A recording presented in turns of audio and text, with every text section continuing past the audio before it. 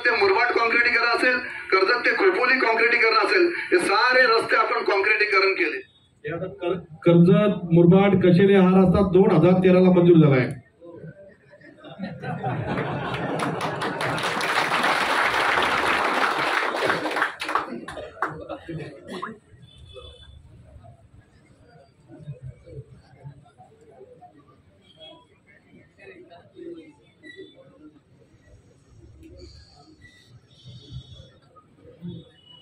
बातम्या येऊ द्या मात्र.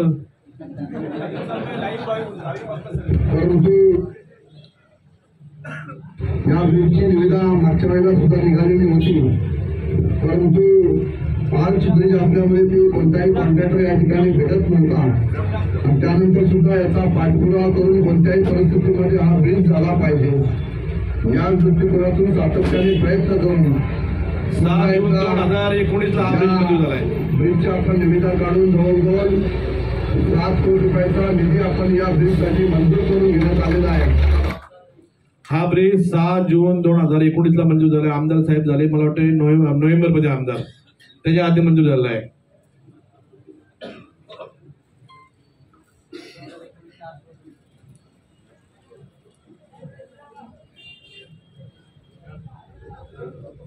गेली 15 ते 20 वर्षे या मतदारसंघामध्ये विरोधी पक्षाचा आमदार होता आणि सत्ता सुद्धा त्यांची या राज्यामध्ये होती, परंतु जनतेला अपेक्षित असलेला विकास आतापर्यंत करता आलेला नाही आणि म्हणूनच जनता उत्स्फूर्तपणे रस्त्यावर उतरलेली आहे.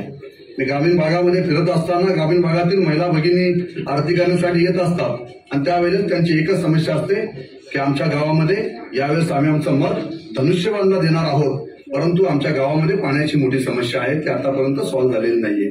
असे अनेक बेसिक प्रश्न या मतदारसंघामध्ये प्रलंबित आहेत जे आतापर्यंत विरोधी पक्षाच्या आमदारांना शक्य झालेले नाही. आणि म्हणून शिवसेना महायुतीच्या माध्यमातून राज्यामध्ये सत्ता आहे, देशामध्ये केंद्रामध्ये सत्ता आहे आणि म्हणून या सत्तेच्या माध्यमातून शिवसेना महायुतीचा आमदार निवडून गेल्यानंतर जे प्रश्न प्रलंबित आहे ते प्रश्न शिवसेना महायुतीच्या माध्यमातून आम्ही प्रामाणिकपणे सोडवण्याचा प्रयत्न करू एवढंच या निमित्ताने तुम्हाला सांगतो. झाले का गवडी साहेब, झाले का? आज पण पाण्याचा टँकर आपल्याला द्यावा लागतोय लोकांना.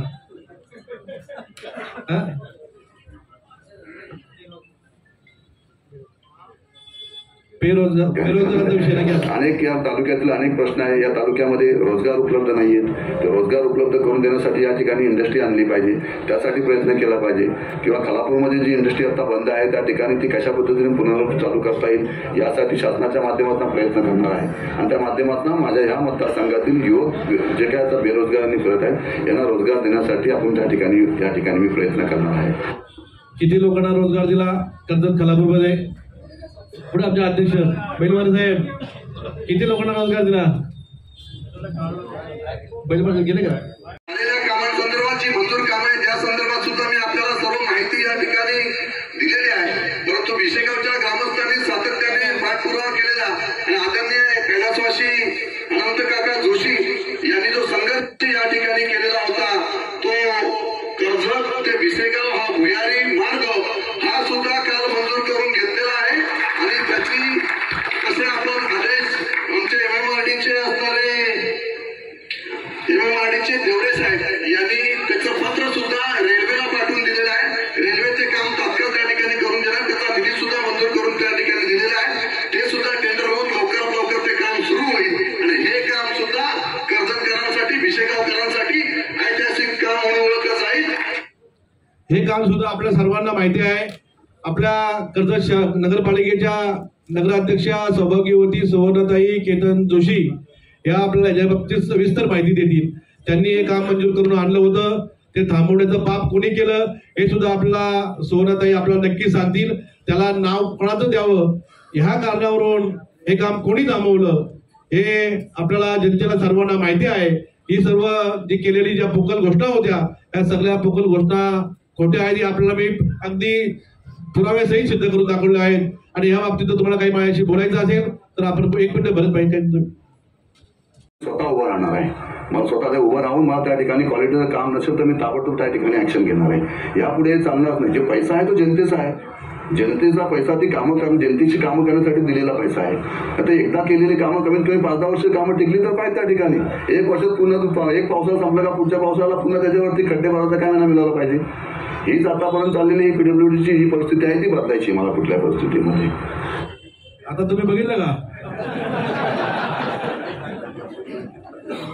मागच्या लोकांनी केलेली कामं एका वर्षात होऊन गेली. मला पीडब्ल्यूडीची जी प्रथा आहे ती बदलायची आहे, परंतु 6 महिन्यांनी केलेली कामं 6 महिने टिकली नाही. कारण यांनी त्याच्या पाठीमागचं जे कट कारस्थान केलं होतं, मी आणि भाई बोललो होतो, ते आमची तक्रार केली कमिशन खातात. आता मी नाही सांगत, ठेकेदार आम्हाला सांगतायत कमिशन कोणतरी खातात, तर कोण खाते ते शोधावं लागेल. यांनी जे रस्ते केले मला दाखवा, त्यांनी एक रस्ता केला काय, त्यांच्या भाजपने मधल्या काळात सांगितलं होतं का जिथे सुधाकर गाडी राहतात तिथे तो रस्ता आमदार साहेबांनी केलाय. मला वाटतंय त्यांच्या भाजपला मी सांगेल एक दिवस वेळ मिळाला तर बाबा या खोड्यात जाऊन बघ, तुला सुधाकर गाडीच्या घरापर्यंत जाईपर्यंत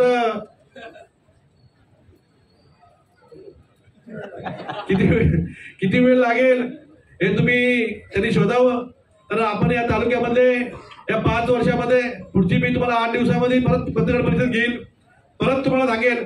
तर आता हे 2900 कोटी रुपयाचा निधी तर इथेच संपलाय. तुम्हाला मी दाखवलं त्यांचं त्यामध्ये 1400 कोटी 1800 कोटी 7 कोटी हा 2900 इथे संपला. आता उद्या ते नवीन उद्या 100% तुम्हाला बोलवणार, तुम्हाला सांगणार आम्ही ही कामं केली. पण ती कामं जी केली असेल परत आपण तिथे जाऊ, ती कामं कशी झाली तिथेही आपण फक्त एक चेक करू, बरोबर ना. ते तुम्हाला 100% सांगणार आम्ही बाबा हा रस्ता केला, पण तो कधी केला तो शोधू, त्यांच्या इंजिनियरला तिथं बोलून घेऊ बाबा याची देखभाल आहे का नाही या रस्त्याची, हा किती वर्षासाठी हा रस्ता केला होता का 6 महिन्यासाठी केला. त्यांनीच सांगितलं का बाबा इथे ठेकेदार असे आहेत का रस्ता केल्यानंतर पुढच्या पावसाळ्यानंतर खड्डे भरायचं काम भेटलं पाहिजे. आता ह्यांना काय भेटलं पाहिजे हे सुद्धा आपल्याला शोधावं लागेलच ना. उद्या तुम्हाला सकाळी 10 वाजता आमंत्रण येणारच आहे एवढं बघितल्यानंतर. आता हे सगळं जो भ्रष्टाचार नाही हा भ्रष्टाचाराचं काय आहे सांगा तुम्ही मला. बऱ्याच कंपन्या पळून गेल्या आपल्या तालुक्यामधून मतदारसंघामधून, एकही 5 लोकांनाही परमनंट केलेलं नाही. मागच्या वेळी तुम्हाला माहिती असेल निमको कंपनी आहे मला वाटतं सासगाव आपल्या वावशी पट्ट्यामध्ये, त्या निमको कंपनीमध्ये यांनी 100 लोकांचं कॉन्ट्रॅक्ट घेतलं. 100 लोकांचं कॉन्ट्रॅक्ट घेतल्यानंतर 100 लोकांची कधी युनियन लावली. युनियन लावल्यानंतर 100 लोकांना परमनंट करायचं सोडून त्या लोकांना कामावर घरी बसवलं आणि हेच कुंभोडच शेत खायला लागलं. हे पुढचं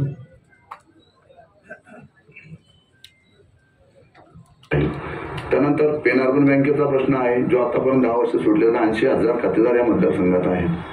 80 ते 90,000 खातेदार या मतदारसंघात गोरगरीब जनता आहे ती, ज्या जनतेने आतापर्यंत या मतदारसंघातले अनेक आमदार निवडून दिले, या मतदारसंघातून अनेक आमदार निवडून दिले, परंतु या 10 वर्षात संघर्ष करायला एकही त्यातला लोकप्रतिनिधी त्यांच्याबरोबर उतरलेला नव्हता. हे शोकांतिक आहे. आणि म्हणूनच यावेळेस कुठल्याही परिस्थितीमध्ये मुख्यमंत्र्यांनी मागच्या 5 वर्षापूर्वी सुद्धा शब्द दिलेला होता की तो पेन अर्बनचा बँकेचा प्रश्न आम्ही सोडून देतो, तो सुद्धा अजूनपर्यंत प्रलंबित आहे. 10 वर्षापूर्वी विरोधी पक्षाचा आमदार या ठिकाणी होता, त्याची राज्यात सत्ता सुद्धा त्यांची होती आणि त्यावेळेस तो प्रश्न ताजा होता. त्यावेळेस प्रॉपर्टीचे रेट सुद्धा चांगले होते. कदाचित तो प्रश्न त्याच वेळेस सुटला असता तर कदाचित ते 90,000 जे खातेदार आहेत त्या खातेदारांना त्या ठिकाणी न्याय मिळाला असता. परंतु आतापर्यंत 90,000 खातेदार, अनेक खातेदारांनी आत्महत्या केल्या, अनेक जणांची कुटुंब उद्ध्वस्त झाली, आपल्या मुलींच्या लग्नासाठी ठेवलेले पैसे त्या ठिकाणी पूर्णपणे हे गेले. शिशिरदारकर हा राष्ट्रवादीचाच त्या ठिकाणी नेता होता, राष्ट्रवादीचेच आमदार या मतदारसंघातले त्यावेळेस ते इथे होते. हा प्रश्न त्यांना ताबडतोब मार्गी लावता आला असता, परंतु सगळे ते एकत्रपणे मिळालेले होते आणि मिळूनच ते एकत्रपणे झालेलं ते कृत्य होतं. ते अतिशय या मतदारसंघातील जनतेला एक फसवणूक होती आणि म्हणूनच यावेळेस कुठल्याही परिस्थितीमध्ये पेन अर्बनचा जो प्रश्न आहे तो सुद्धा मार्गी लावण्यासाठी मला शर्थीचे प्रयत्न करावे लागतील, परंतु ते मी करणार आहे. तज्ज्ञ वकिलांची टीम उभी करून कोर्टाच्या माध्यमातून सुद्धा लढणार आहे, शासनाच्या माध्यमातून सुद्धा लढणार आहे. पण ही लढाई मी शेवटपर्यंत चालू ठेवणार. जोपर्यंत त्या खातेदारांना न्याय मिळत नाही तोपर्यंत ही लढाई सुरूच राहील आणि ते मी प्रामाणिकपणे त्या ठिकाणी न्याय देण्याचा प्रयत्न त्या ठिकाणी करणार आहे. अनेक आता आपण बघितलं असेल पेन अर्बन बँकेचा आमदार साहेबांनी विषय घेतला, त्यामध्ये त्यांनी सांगितलं का पेन अर्बन बँकेच्या ठेवीदारांना मी त्यांच्या समस्या सुटेपर्यंत त्यांच्याबरोबर तज्ज्ञ वकिलांची टीम लावणार आहे. परंतु ह्या 5 वर्षामध्ये त्यांनी असं पण सांगितलं या आधीचे आमदार होते त्यांनी काहीच केलं नाही असे महेंद्र थोरवे बोलले. ऐकलं ना तुम्ही? या आधीचे जे आमदार होते त्या आमदारांनी काहीच केलं नाही, सगळं या महेंद्र थोरवेनीच केलं 5 वर्षामध्ये. या 5 वर्षामध्ये पेन अर्बनची एकही बैठक लावली नाही. मला वाटते 2-3 महिन्यापूर्वी पेन अर्बन संघर्ष समिती माझ्याकडे आली होती. त्यानंतर मला त्यांनी सांगितलं या 5 वर्षामध्ये आम्हाला कोणीच आमच्यासाठी प्रयत्न केला नाही. आमदार साहेब सत्तेमध्ये आमदार होते, त्यांच्याकडे आम्ही अनेक वेळा गेलो, पण आम्हाला कुठल्याही प्रकारचं असं भरीव आश्वासन दिलं नाही. मी त्यांच्याकडे थोडा वेळ मागितला. मी महाराष्ट्र राज्याचे सहकार मंत्री गिरीशजी वळसे पाटील साहेबांचा वेळ घेतला आणि मंत्रालयामध्ये संघर्ष समिती आणि त्यांचे बँकेचे प्रमुख ठेवीदारांना घेऊन गेलो. त्यामध्ये पत्रकारांनी बातमी सुद्धा तयार मागच्या वेळी केली होती. लोकसभेच्या निवडणुकीच्या मला वाटतं अगदी महिनाभर अगोदर सहकार मंत्र्यांबरोबर चर्चा झाल्यानंतर पॉझिटिव्ह चर्चा झाली. मला वाटतंय संघर्ष समिती त्यांच्या चर्चेमध्ये खुश झाली होती आणि त्यांनी सांगितलं का लवकरात लवकर आपण हा मार्ग काढू. त्यानंतर लोकसभेची आचारसंहिता लागली आणि त्यांनी मधल्या काळामध्ये त्यांना जी पूर्तता पाहिजे होती, त्यांना सहकार मंत्र्यांचं पत्र पाहिजे होते, ते सुद्धा कोर्टासाठी मी त्यांना फोन करून त्यांच्या पीएना फोन करून त्यांना ते पत्र देण्याचं काम केलं. त्यांची केस लवकरात लवकर मार्गी लागावं म्हणून सरकारी वकिलाची नेमणूक केली आणि परत आपलं आता विधानसभेची आचारसंहिता लागली म्हणून ते काम प्रलंबित राहिलंय. पुढच्या काळामध्ये नक्की मी ते सोडवण्यासाठी नक्की प्रयत्न करणार आहे. पण आता संघर्ष समितीने सांगितलं भाऊ या 10 वर्षामध्ये 14 वर्ष होऊन गेले. 14 वर्षामध्ये सहकार मंत्र्यापर्यंत आम्हाला आजपर्यंत कोणीच आणलं नव्हतं. त्यांची समोरासमोर बैठक आमच्या बरोबर कोणीच लावली नव्हती. परंतु सुधाकर कारंजेकर कुठलं पद नाही, तो एक साधा कार्यकर्ता आहे. पण एक कार्यकर्त्यांनी आमची सहकार मंत्र्यांसमोर बैठक लावली आणि बरेच विषय मार्गी लावण्याचा सहकार मंत्र्यांनी त्यांना शब्दही दिला होता. परंतु पुढच्या काळामध्ये आमदार साहेबांचा 2019चा जो जाहीरनामा आहे तो जनतेसाठी मला पूर्ण करावा लागेल. यासाठी मला या जनतेने साथ लागणार आहे. तर आमदारांनी जो जाहीरनामा काढला होता तो जाहीरनामा त्यातला एकही प्रश्न ते मार्गी लावलेला नाही. त्यांचा जाहीरनामा आपल्या जाहीरनाम्यामध्ये अजून ऍड करू आणि दोन्ही जाहीरनामा पुढच्या 5 वर्षामध्ये कसे आपण पूर्ण करण्यासाठी नक्की प्रयत्नशील राहू. अजून पुढचं काही जाणू. आजची ही पत्रकार परिषद घेण्याचं मुख्य कारण आपल्याला भरतभाईंनी सांगितलंय. मधल्या काळामध्ये आमदार साहेबांनी सांगितलं होतं का मी या मतदारसंघामध्ये अनेक विकास कामं केलेली आहेत. त्यांनी मोठमोठ्या विकास कामांची नावं सुद्धा घेतली होती. त्यामध्ये कोंढाणा धरण असेल, त्यामध्ये कर्जत मुरबाड रस्ता असेल, त्यामध्ये कर्जत चौक कर्जत नेरळ रस्ता असेल, त्यामध्ये अमराईमधला कर्जत देऊळला जोडणारा ब्रिज असेल, प्रशासकीय भवन असेल, अनेक कामांची त्यांनी नावं घेतली. त्यांनी सांगितलं होतं, मी शेवटच्या भाषणामध्ये त्यांचं ऐकलं होतं की मी 2900 कोटी रुपयाचा निधी आणला. मला वाटते 7 जानेवारी 2024ला आमदार साहेबांनी भाषण केलं होतं. त्यामध्ये त्यांनी म्हटलं होतं की मी 800 कोटी रुपयाचा निधी आणला. त्यानंतर 29 सप्टेंबरला त्यांचे जिल्हा अध्यक्ष संतोषजी भोईर साहेबांनी भाषण केलं होतं. त्यांनी सांगितलं आमदार साहेबांनी 2000 कोटी रुपयाचा निधी आणला. त्यानंतर मला वाटतंय 12 ऑक्टोबरला आमदार साहेबांनी भाषण केलं आणि मग त्यांनी सांगितलं की मी माझ्या पीएला विचारलं आणि मला काय बाबा किती मी निधी आणला त्यांना ते माहिती नव्हतं. पण पीएने सांगितलं साहेब तुम्ही 2900 कोटी रुपयाचा निधी आणला आणि त्याने तिथं जाहीर केलं की मी 2900 रुपयाचा निधी आणला. परंतु मी आपल्याला या ठिकाणी सांगणार आहे आमदार साहेबांनी जे प्रशासकीय इमारतीचं मी केली असं सांगत होते ते 4 फेब्रुवारी 2019ला ती इमारत मंजूर झाली आणि त्याचं निधी वितरण झालेलं आहे. तेव्हा ते आमदारही नव्हते. त्यानंतर मला वाटतं त्यांनी सांगितलं होतं का मी श्रीराम ब्रिजसाठी निधी आणला. ते 6 जून 2019ला ते मंजूर झाले. तेव्हा ते आमदारही नव्हते. ते 2019ला मला वाटतं नोव्हेंबर महिन्यामध्ये आमदार झाले. त्यानंतर त्यांचा निधी आणण्याचा कार्यक्रम सुरू झाला असेल. त्यानंतर खोपोली कर्जत कशेले मुरबाड हा रस्ता मला वाटतं ऑगस्ट 2013ला मंजूर झाला आहे. 13 तर मला वाटतं त्याच्या आधीचे पण आमदार नव्हते, त्यांनी तोही ते त्यांच्या नावावर टाकलेला आहे. त्यानंतर ते कोंढाण्या धरणाचं सांगितलं. कोंढाण्या धरणाला मी 1400 कोटी रुपये आणले. तर कोंढाण्या धरणाचं जर श्रेय कोणाला भेटत असेल तर हे आपल्या सर्वांना मी अनेक वेळा सांगितलंय. कोंढाणा धरण 18 ऑगस्ट 2017ला मंजूर झालंय. त्याचं लोकांचं भूसंपादन असेल, त्यामध्ये झालेले काही व्यवहार असतील ते मला वाटतंय 2019च्याही अगोदर झालेले आहे.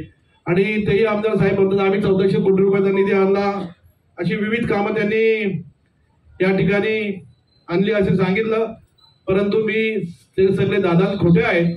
त्यांनी जर 2900 कोटी रुपयाचा निधी आणला असेल तर तो निधी नक्की कुठे गेला हे पत्रकार बंधूंना शोधावं लागेल. कारण तो निधी जर त्यांच्या घरी गेला असेल तेही तपासावं लागेल. त्यांच्या घराच्या सुशोभीकरणाला गेला तर तोही तपासावं लागेल. कारण त्यांनी जी कामं सांगितली होती त्याचं एकही काम त्यांच्या काळातलं नाहीये. ते काम मला वाटतंय 2018, 17, 18ला झालेली कामं आहेत.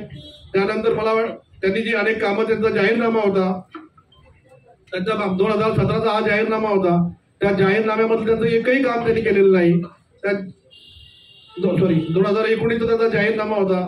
त्यांचा पहिला विषय होता जाहीरनाम्यामध्ये कर्जत खोपोलीमधील पिण्यायोग्य पाणी पुरवठा सुरळीत करणार. खलापूरकरांसाठी पातळगंगा नदीचे व कर्जतकरांसाठी पेंच नदीचे पाणी गावागावात नियोजनबद्ध पद्धतीने देणार. दिले का पेंच नदीचं पाणी तुम्हाला कोणाला? त्यांचा दुसरा विषय होता जिल्हा परिषद शाळांमध्ये दुरुस्ती करून त्यांना अत्यावश्यक आणि डिजिटल करणार. युवक युवतींसाठी स्पर्धा परीक्षा मार्गदर्शन शिबिर कौशल्य विकास केंद्र उभारणार. एक तरी उभारले का?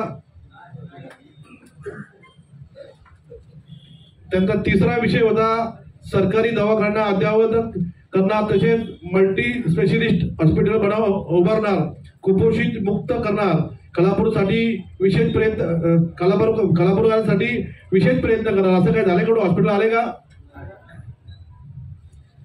त्यांचा चौथा विषय होता पडीक जमीन पाण्याखाली यावी म्हणून कालव्याद्वारे पाणी पुरवठा करणार. धरणांची क्षमता वाढून शेतीला मुबलक पाणी पुरवठा होईल यासाठी प्रयत्न करणार. केलंय का कुठे असं काय? त्याचा पाचवा प्रश्न होता रोजगार व औद्योगिक विकास. औद्योगिक विकासासाठी ग्रीन झोन पट्ट्यामध्ये बदल करून नवनवीन कंपन्या मतदारसंघामध्ये आणणार. स्थानिकांना इथल्या कंपन्यांमध्ये नोकरीसाठी प्रथम प्राधान्य देणार. यांच्या भाच्याला कॉन्ट्रॅक्ट आणि ठेके मिळाले. कोणाला तरी काय कुठल्या एका नोकरी लावल्या का? कंपन्या बंद पाडायचं काम केलंय. नवीन आणायचं एकही कंपनी आली नाही 5 वर्षामध्ये. नंतर 6वा विषय होता धबधब्यावरील सरसकट बंदी उठून 12 माही पर्यटनासाठी प्रयत्न करणार. उल्हास नदी व पेंच नदीला आनंदी घाटाच्या धर्तीवर विकास करणार. ऑफिस समोरच एक झाले मात्र बाबा. त्यांचा 7वा विषय होता महिलांना सक्षम करण्यासाठी बचत गटाच्या माध्यमातून विविध योजना राबवणार. महिलांसाठी सबलीकरण करण्यासाठी आत्मसंरक्षण केंद्र उभारणार. असंही काय झालेलं नाही. 8वा विषय त्यांचा होता आदिवासी विकास. सेंद्रिय भाजीपाला मार्केट उभारून आदिवासी बंधू भगिनींना रस्त्यावर भाजी विकण्यासाठी समस्यावर उपाय काढणार. झाले का? आज पण माझ्या आदिवासी बांधवांना कुठल्याही प्रकारची अशी सुख सुविधा दिलेली नाही. माझ्या आदिवासी काही काम यांनी केलेलं नाही. फक्त लोकांची फसवणूक केली. स्वतःचा फायदा कसा होईल हे पाहिलं. त्यांचे जे काही भरत भाईने मला वाटतं काल एक छोटीशी पत्रकार परिषद घेतली. तिथे भाईने सांगितलं तर बाबा ह्या पत्रकार परिषदेमध्ये त्यांनी त्यांच्या लोकांनी जे काही बोलले होते त्याला मी उत्तर द्यावं असं मला उचित वाटत नाही. कारण त्याला भाईने आमच्या काल त्यांचा बरोबर कार्यक्रम केलाय. त्यामुळे सगळ्यांच्या विषयावर बोलायची गरज नाही. परंतु त्यांनी जी कामं सांगितली ती कामं जनतेच्या हिताची कामं होती असं मला वाटत नाही. कर्जत खलापूर मधली जी कामं असतील, मला वाटतं आज सासगावकडून तुमच्या आडोशीकडे जाणार रस्ता असेल तो किती वर्ष प्रलंबित आहे. मला वाटतं 10 ते 15 वर्ष मी त्या रस्त्याने जातोय, पण आज पण तो रस्ता तर पूर्णच होऊ शकलेला नाही. तर आपल्या कैलासजी मोरे असतील, अनेक त्यांची संघर्ष समिती असेल, त्या संघर्ष समिती कर्जत शहरामध्ये अनेक विकास कामाच्या बाबतीत अनेक वेळा ती उपोषणाला बसली होती. त्यामध्ये एमएससीबीचे प्रश्न असतील, भुयारी गटाराचे प्रश्न असतील, अनेक विषय असतील. खोपोली मधला मला वाटतंय 180 कोटी रुपयाचं जे भुयारी गटार होतं, ते भुयारी गटार पण कोणी मंजूर करून आणलंय, त्याचं काम कोण करतंय, त्याचा मळिंदा कोण खातंय, हे सुद्धा आपल्याला पत्रकार बंधूंनी शोधावं लागेल. कारण आपल्याला त्यांनीच सांगितलं क्वालिटीचं काम झालं पाहिजे. क्वालिटीचं काम होण्यासाठी तुमची मला मदत लागेल. कारण जी कामं त्यांनी केल्यात ती कामं खरंच क्वालिटीची आहेत का नाही, आपल्याला त्याचं थर्ड पार्टी इन्स्पेक्शन करावं लागेल, त्याचं ऑडिट करावं लागेल. त्यासाठी मी प्रशासनाकडे मागणी करणार आहे, ज्या कॉन्ट्रॅक्टरने जी कामं केल्यात त्याचं थर्ड पार्टी इन्स्पेक्शन व्हावं, त्याचं ऑडिट करावं. ते किती वर्षासाठी ते काम, त्याचं किती वर्षासाठी ते काम आहे, त्याची देखभाल काय आहे, ते किती वर्ष टिकलं पाहिजे, त्याचं इस्टिमेट मागेल मी. इस्टिमेटमध्ये ते इस्टिमेट प्रमाणे काम झालंय का, पण झालं असेल तर कामाची क्वालिटी का खराब होती. भाईंनी मागच्या काळात सांगितलं होतं, जर आपल्याला लागून जो मुरबाड मतदारसंघ आहे, मुरबाड मतदारसंघामध्ये रस्ते तर चांगले राहू शकतात, तर कर्जत मतदारसंघामध्ये रस्ते खड्डेमय का आहेत हे सुद्धा आपल्याला शोधावं लागेल. त्यांनी मगाशी सांगितलं तर मी पेंच नदीचं पाणी, त्याचा जोड नदीचा प्रकल्प तयार करेल आणि तुम्हाला सगळ्या साईडला ते पाणी फिरवेल, इकडे पाणी फिरवेल, पण एक कुठलंही काम त्यांनी केलेलं नाही, रोजगार कुठल्याला दिलेला नाही. जी कामं त्यांनी सांगितली ती कामं त्यांचं एकही काम त्यांच्या काळातलं नाहीये. ती मला वाटतं आदरणीय लाड साहेबांच्या काळामधली बरीच कामं आहेत. आणि आमच्या वासरे खोंड्याचा कोंढाणा धरणाचा विषय त्यांनी घेतला तर मी त्यांना सांगेल, त्याला वासरे खोंड्याचं सर्व आमचे वासरे खोंड्याचे प्रमुख पदाधिकारी असतील, सर्व माझे कार्यकर्ते असतील, आदरणीय लाड साहेब सुद्धा असतील, त्यांचं मोठं योगदान त्या कोंढाणा धरणाला आहे. यांनी फुकट आपलं काहीतरी सांगून आपली व्हॅल्यू वाढवून घेऊ नये. यांनी जी प्रमुख कामं सांगितली ही प्रमुख कामं मी आपल्या समोर मांडलेली आहेत. तुम्हाला जर काही मला विचारायचं असेल यानंतर तुम्ही. आजची ही पत्रकार परिषद घेण्याचं मुख्य कारण आपल्याला भरतभाईंनी सांगितलंय. मधल्या काळामध्ये आमदार साहेबांनी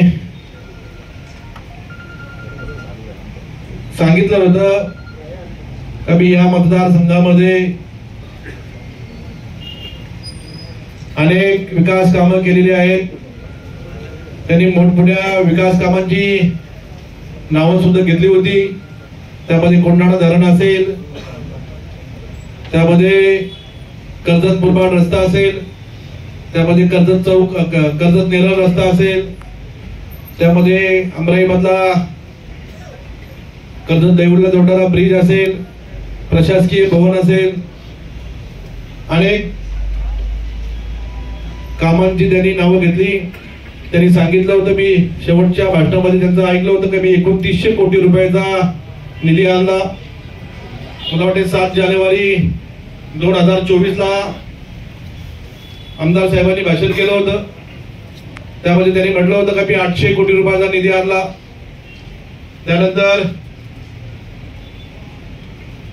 29 सप्टेंबरला त्यांचे जिल्हा अध्यक्ष संतोषजी भोईर साहेबांनी भाषण केलं होतं. त्यांनी सांगितलं आमदार साहेबांनी 2000 कोटी रुपयाचा निधी आणला.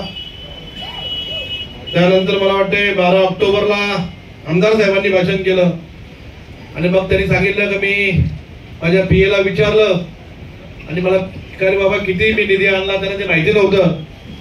मग पीएने सांगितलं साहेब तुम्ही 2900 कोटी रुपयाचा निधी आणला आणि त्याने तिथं जाहीर केलं की मी 2900 रुपयाचा निधी आणला. परंतु मी आपल्याला या ठिकाणी सांगणार आहे, आमदार साहेबांनी जे प्रशासकीय इमारतीचं मी केली असं सांगत होते ते 4 फेब्रुवारी 2019ला ती इमारत मंजूर झाली आणि त्याचं निधी वितरण झालेलं आहे. तेव्हा ते आमदारही नव्हते. त्यानंतर मला वाटतं त्यांनी सांगितलं होतं की मी श्रीराम ब्रिजसाठी निधी आणला. ते 6 जून 2019ला ते मंजूर झाले, तेव्हा ते आमदारही नव्हते. ते 2019ला मला वाटतं नोव्हेंबर महिन्यामध्ये आमदार झाले. त्यानंतर त्यांचा निधी आणण्याचा कार्यक्रम सुरू झाला असेल. त्यानंतर खोपोली कर्जत कशेरे मुरबाड हा रस्ता मला वाटतं ऑगस्ट 2013ला मंजूर झाला आहे. 13 तर मला वाटतं त्याच्या आधीचे पण आमदार नव्हते, त्यांनी तोही त्यांच्या नावावर टाकलेला आहे. त्यानंतर ते कोंढाणे धरणाचं सांगितलं. कोंढाणे धरणाला मी 1400 कोटी रुपये आणले. तर कोंढाणे धरणाचं जर श्रेय कोणाला भेटत असेल तर आपल्या सर्वांना मी अनेक वेळा सांगितलंय. कोंढाणा धरण 18 ऑगस्ट 2017 मंजूर झालंय. त्याचं लोकांचं भूसंपादन असेल, त्यामध्ये झालेले काही व्यवहार असतील ते मला वाटतं 2019च्याही अगोदर झालेले आहेत आणि तेही आमदार साहेब म्हणतात आम्ही 1400 कोटी रुपयाचा निधी आणला. अशी विविध कामं त्यांनी या ठिकाणी आणली असे सांगितलं. परंतु मी ते सगळे दादा खोटे आहेत. त्यांनी जर 2900 कोटी रुपयाचा निधी आणला असेल तर तो निधी नक्की कुठे गेला हे पत्रकार बंधूंना शोधावं लागेल. कारण तो निधी जर त्यांच्या घरी गेला असेल तेही तपासावं लागेल. त्यांच्या घराच्या सुशोभीकरणाला गेला तर तोही तपासावं लागेल. कारण त्यांनी जी कामं सांगितली होती त्याचं एकही काम त्यांच्या काळातलं नाहीये. ते काम मला वाटतंय 2017-18 झालेली कामं आहेत. त्यानंतर मला त्यांनी जी अनेक कामं, त्यांचा जाहीरनामा होता, त्यांचा 2017चा हा जाहीरनामा होता, त्या जाहीरनाम्यामध्ये त्यांचं एकही काम त्यांनी केलेलं नाही. 2019चा त्यांचा जाहीरनामा होता. त्यांचा पहिला विषय होता जाहीरनाम्यामध्ये कर्जत खोपोलीमधील पिण्यायोग्य पाणी पुरवठा सोडणीत करणार, खालापूरकरांसाठी पातळगंगा नदीचे व कर्जतकरांसाठी पेज नदीचे पाणी गावागावात नियोजनबद्ध पद्धतीने देणार. दिले का पेज नदीचं पाणी तुम्हाला कोणाला?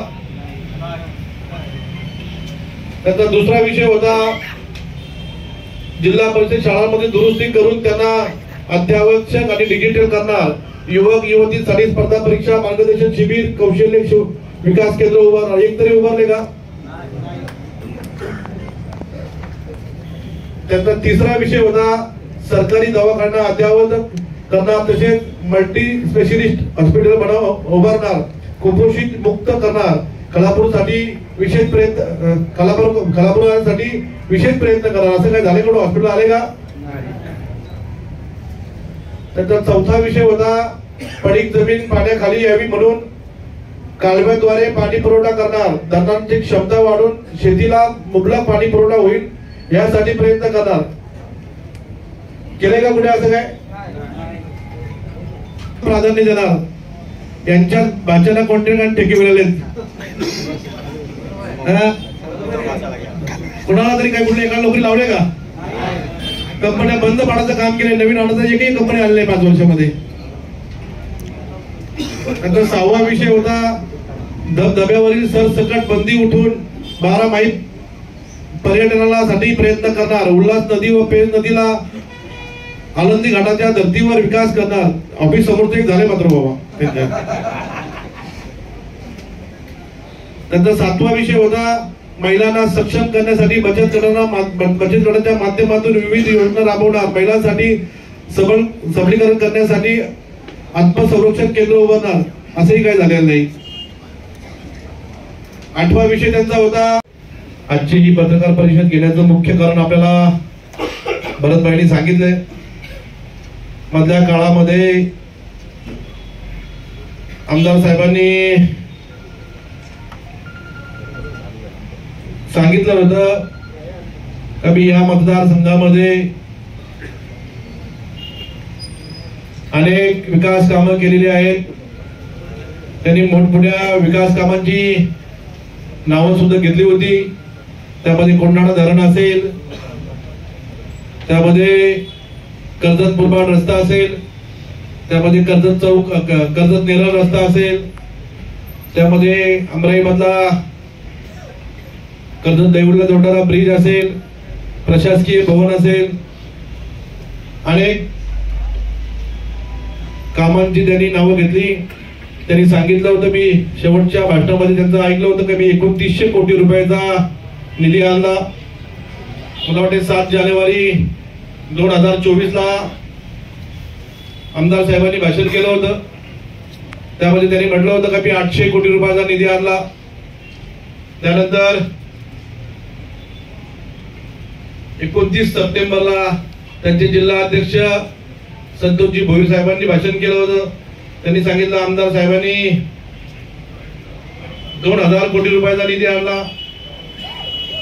त्यानंतर मला वाटते 12 ऑक्टोबरला आमदार साहेबांनी भाषण केलं आणि मग त्यांनी सांगितलं की मी माझ्या पीएला विचारलं आणि मला काय बाबा किती मी निधी आणला त्यांना ते माहिती नव्हतं. मग पीएने सांगितलं साहेब तुम्ही 2900 कोटी रुपयाचा निधी आणला आणि त्याने तिथं जाहीर केलं की मी 2900 रुपयाचा निधी आणला. परंतु मी आपल्याला या ठिकाणी सांगणार आहे आमदार साहेबांनी जे प्रशासकीय इमारतीचं मी केली असं सांगत होते ते 4 फेब्रुवारी 2019 ती इमारत मंजूर झाली त्याचं निधी वितरण झालेलं आहे. तेव्हा ते आमदारही नव्हते. त्यानंतर मला वाटतं त्यांनी सांगितलं होतं की मी श्रीराम ब्रिज साठी निधी आणला ते 6 जून 2019 ला ते मंजूर झाले. तेव्हा ते आमदारही नव्हते. ते 2019 ला मला वाटतं नोव्हेंबर महिन्यामध्ये आमदार झाले. त्यानंतर त्यांचा निधी आणण्याचा कार्यक्रम सुरू झाला असेल. त्यानंतर खोपोली कर्जत कशेरे मुरबाड हा रस्ता मला वाटतं ऑगस्ट 2013 ला मंजूर झाला आहे. 13 तर मला वाटतं त्याच्या आधीचे पण आमदार नव्हते त्यांनी तोही त्यांच्या नावावर टाकलेला आहे. त्यानंतर ते कोंढाणे धरणाचं सांगितलं. कोंढाणे धरणाला मी 1400 कोटी रुपये आणले. तर कोंढाणे धरणाचं जर श्रेय कोणाला भेटत असेल तर हे आपल्या सर्वांना मी अनेक वेळा सांगितलंय. कोंढाणा धरण 18 ऑगस्ट 2017 ला मंजूर झालंय. त्याचं लोकांचं भूसंपादन असेल त्यामध्ये झालेले काही व्यवहार असतील ते मला वाटतं 2019च्याही अगोदर झालेले आहेत आणि तेही आमदार साहेब म्हणतात आम्ही 1400 कोटी रुपयाचा निधी आणला. अशी विविध कामं त्यांनी या ठिकाणी आणली असे सांगितलं. परंतु मी ते सगळे दादा खोटे आहेत. त्यांनी जर 2900 कोटी रुपयाचा निधी आणला असेल तर तो निधी नक्की कुठे गेला हे पत्रकार बंधूंना शोधावं लागेल. कारण तो निधी जर त्यांच्या घरी गेला असेल तेही तपासावं लागेल. त्यांच्या घराच्या सुशोभीकरणाला गेला तर तोही तपासावं लागेल. कारण त्यांनी जी कामं सांगितली होती त्याचं एकही काम त्यांच्या काळातलं नाहीये. ते काम मला वाटतंय 2017-18 ला झालेली कामं आहेत. त्यानंतर मला त्यांनी जी अनेक कामं त्यांचा जाहीरनामा होता त्यांचा 2017चा हा जाहीरनामा होता. त्या जाहीरनाम्यामध्ये त्यांचं एकही काम त्यांनी केलेलं नाही.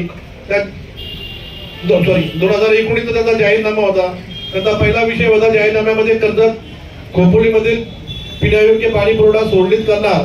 खालापूरकरांसाठी पातळगंगा नदीचे व कर्जतकरांसाठी पेंच नदीचे पाणी गावागावात नियोजनबद्ध पद्धतीने देणार. दिले का पेंच नदीचं पाणी तुम्हाला कोणाला? त्याचा दुसरा विषय होता जिल्हा परिषद शाळांमध्ये दुरुस्ती करून त्यांना अत्यावश्यक आणि डिजिटल करणार. युवक युवतींसाठी स्पर्धा परीक्षा मार्गदर्शन शिबिर कौशल्य विकास केंद्र उभारणार. एक तरी उभारले का? त्याचा तिसरा विषय होता सरकारी दवाखाना अद्ययावत करणार तसेच मल्टी स्पेशलिस्ट हॉस्पिटल उभारणार. कुपोषित मुक्त करणार. खालापूरसाठी विशेष प्रयत्न खालापूरसाठी विशेष प्रयत्न करणार. असं काय झाले का? हॉस्पिटल आले का?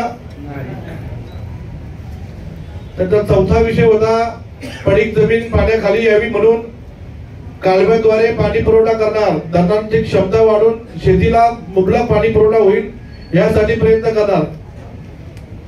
केले का कुठे असं काय? प्राधान्य देणार. यांच्या भाच्याला कॉन्ट्रॅक्ट आणि ठेके मिळाले. कुणाला तरी काय कुठल्या एका नोकरी लावले का? कंपन्या बंद पाडायचं काम केलं. नवीन आणायचं एकही कंपनी आली नाही 5 वर्षामध्ये. नंतर 6वा विषय होता धबधब्यावरील सरसकट बंदी उठून 12 माही पर्यटनाला साठी प्रयत्न करणार. उल्हास नदी व पेंच नदीला आनंदी घाटाच्या धर्तीवर विकास करणार. ऑफिस समोर ते झाले मात्र बाबा.